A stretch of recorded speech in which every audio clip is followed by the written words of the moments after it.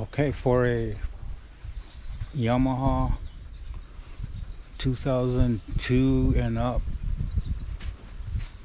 50 horsepower 4-stroke. So this is where you hook up your battery terminals to.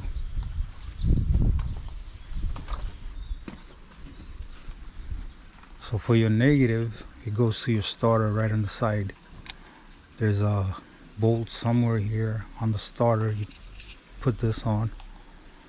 So this is negative, and positive you put them on right next to the relay for the starter, right next to it. So even though this is a black wire, it still has a red telling you that it is positive.